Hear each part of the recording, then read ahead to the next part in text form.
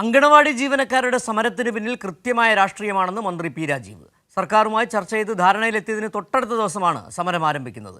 നാട് ഒറ്റക്കെട്ടായി നിന്ന് കേന്ദ്രത്തെ എതിർക്കുന്നതിന് പകരം പ്രതിപക്ഷം കേന്ദ്രത്തിന് പരവതാനി വിരിക്കുന്നുവെന്നും ആരോഗ്യമന്ത്രിക്ക് വേണ്ടി മറുപടി നൽകിയ മന്ത്രി പി രാജീവ് വിമർശിച്ചു.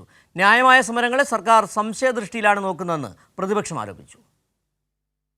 അംഗൻവാടി ജീവനക്കാരുടെ വേതനം വർദ്ധിപ്പിക്കണം എന്നാവശ്യപ്പെട്ടുള്ള സെക്രട്ടേറിയറ്റിന് മുന്നിലെ സമരത്തിന്റെ പശ്ചാത്തലത്തിലായിരുന്നു പ്രതിപക്ഷം അടിയന്തര പ്രമേയത്തിന് നോട്ടീസ് നൽകിയത്.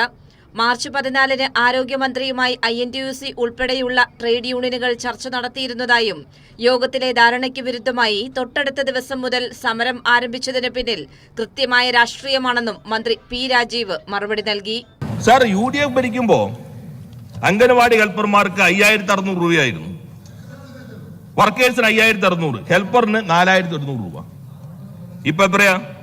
ഇപ്പോ 13,000 രൂപയും 9,000 രൂപയാക്കി ഉയർത്തിയത് ഈ ഗവൺമെന്റ് വന്നതിന് ശേഷമാണ്. സാർ, നാം കാണേണ്ടത് 9 കോടി രൂപയാണ് ബഡ്ജറ്റ് അലോക്കേഷൻ.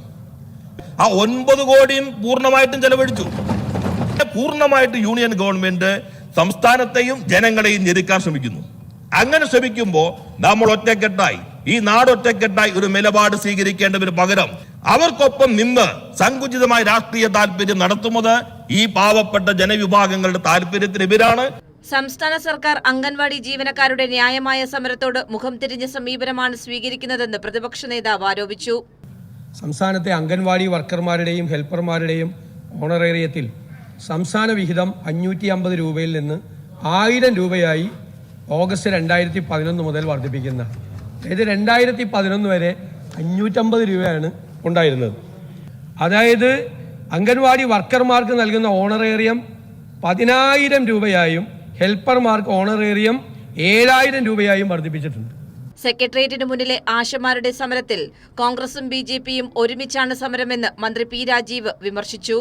അംഗൻവാടി ജീവനക്കാർക്കായി ബജറ്റിൽ നീക്കിവെച്ച 9 കോടി എന്നത് 10 കോടിയാക്കിയെന്നും അത് നടപ്പിലാക്കാൻ അടിയന്തര നടപടി സ്വീകരിക്കുമെന്നും മന്ത്രി വ്യക്തമാക്കി. മന്ത്രിയുടെ മറുപടിയുടെ അടിസ്ഥാനത്തിൽ അടിയന്തര പ്രമേയത്തിന് സ്പീക്കർ അനുമതി നിഷേധിച്ചു. ഇതിൽ പ്രതിഷേധിച്ച് പ്രതിപക്ഷം സഭയിൽ നിന്നും ഇറങ്ങിപ്പോയി. കൈരളി ന്യൂസ്, തിരുവനന്തപുരം.